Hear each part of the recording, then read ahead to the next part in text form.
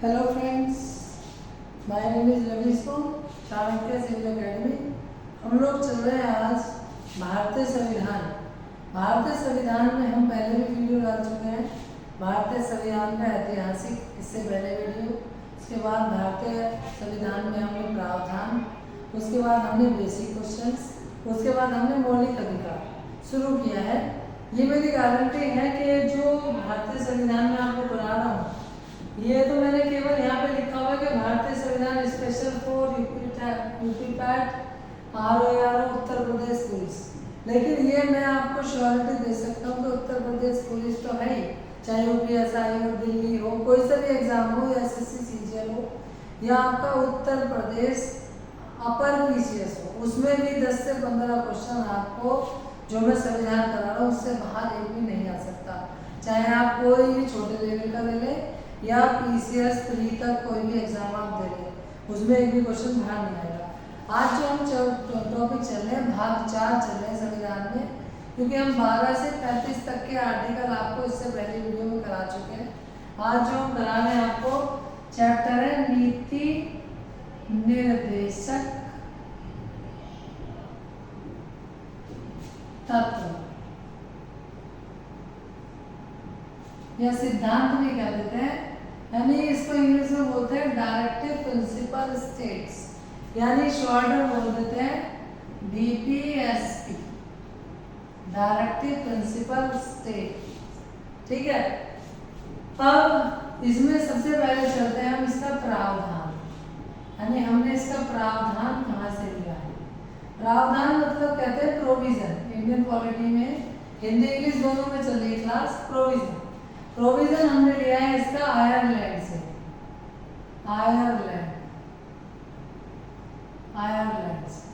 Ireland से हम लोग जो क्रिकेट देखते हैं इस समय आयरलैंड के साथ इंडिया का T20 चल रहा है, और तो आयरलैंड से हमने इसको लिया है। फिर इसकी परिभाषा यानी डेफिनेशन क्या है इसकी परिभाषा। संविधान में दिए गए वे निर्देश जो भारत के नागरिकों की मार्गदर्शक की भूमिका निभाते हैं, उन्हें हम नीति निर्देशक तत्व कहते हैं। देखिए, सबसे पहली बात तो ये, इन्हें कोई भी संसद लागू नहीं करती।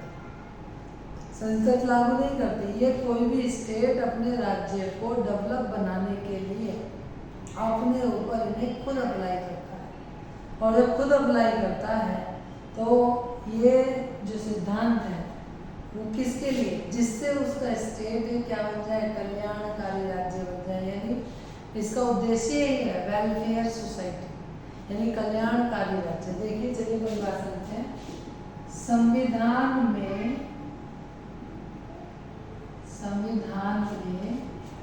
दिए गए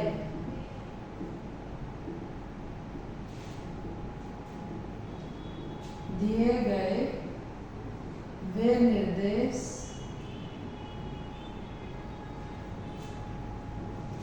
निर्देश जो भारत के नागरिकों की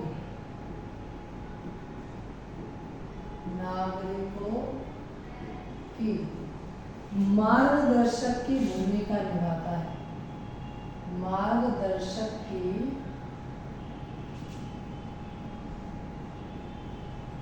भूमिका निभाता है।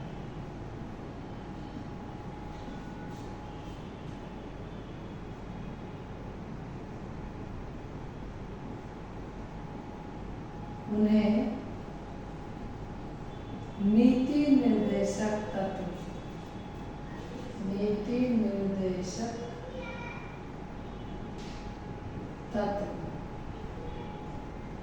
कहते हैं।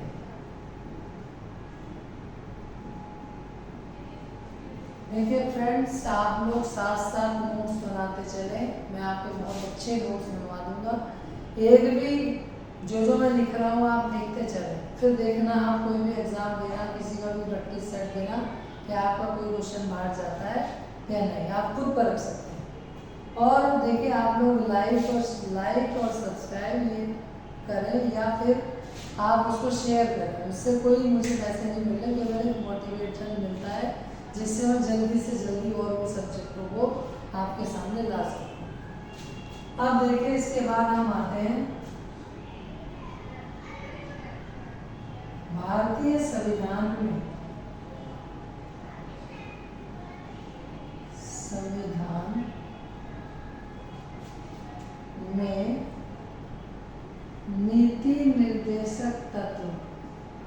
नीति निर्देशक तत्व भाग 4 में से संबंधित है, भाग 4 से संबंधित है। तो यही अगर हम लिखें भारतीय संविधान में नीति निर्देशक तत्व से संबंधित अनुच्छेद मतलब आर्टिकल, पार्ट 4 हो गया। आर्टिकल की बात करें तो 36 से 51 तक, यानी 36 से 51 तक। अब अगर हम इसकी उद्देश्य की बात करें, यानी नीति निर्देशक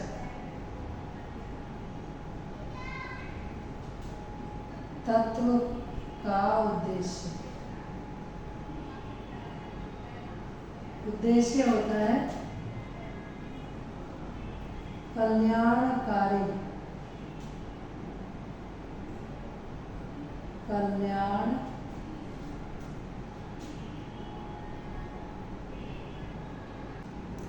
हेलो फ्रेंड्स, चौथे देखिए हमारा चल रहा है 41 लोगों के लिए काम तथा वृद्धों को बीमारी में सरकारी सहायता।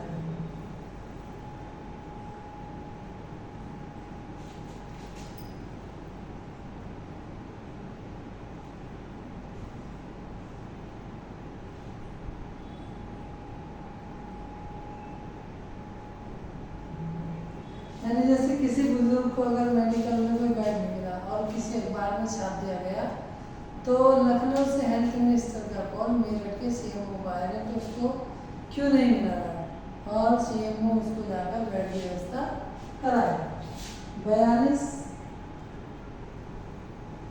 कार्यों की मानवीय स्थिति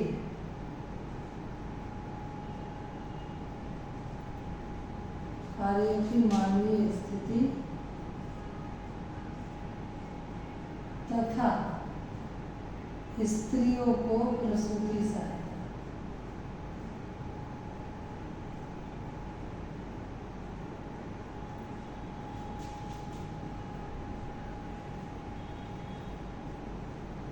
यानी लोगों के लिए काम तथा स्त्रियों को प्रसूति सहायता का मतलब है जो गाँव में आजकल बच्चा केंद्र खोल रहे हैं स्त्रियों के लिए, उसकी सहायता। 43 उद्योगों के प्रबंधन में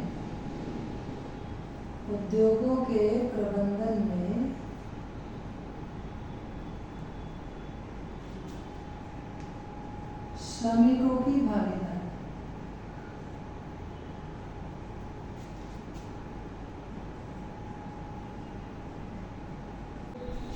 हेलो फ्रेंड्स, देखिए हम नीति निर्देशक तत्वों में चल रहे हैं। नीति निर्देशक तत्वों के पहले भाग में हम डाल चुके हैं परिभाषा, प्रावधान और 36 से लेकर 44 तक के आर्टिकल। अब हम दूसरे भाग चल रहे हैं नीति निर्देशक तत्वों में। हमने 45 से और 51 तक के आर्टिकल हम दूसरे भाग में बताए। देखिए 45 में क्या है कि 6 से 14 वर्ष के बच्चों को निःशुल्क व अनिवार्य प्राथमिक शिक्षा, यानी 6 से 14 साल के जो बच्चे हैं उन लोगों के लिए प्राथमिक शिक्षा सरकार मुफ्त देती है, जिसमें खाना, बैग, जूते, ये सब कुछ किताब सरकार द्वारा देती है।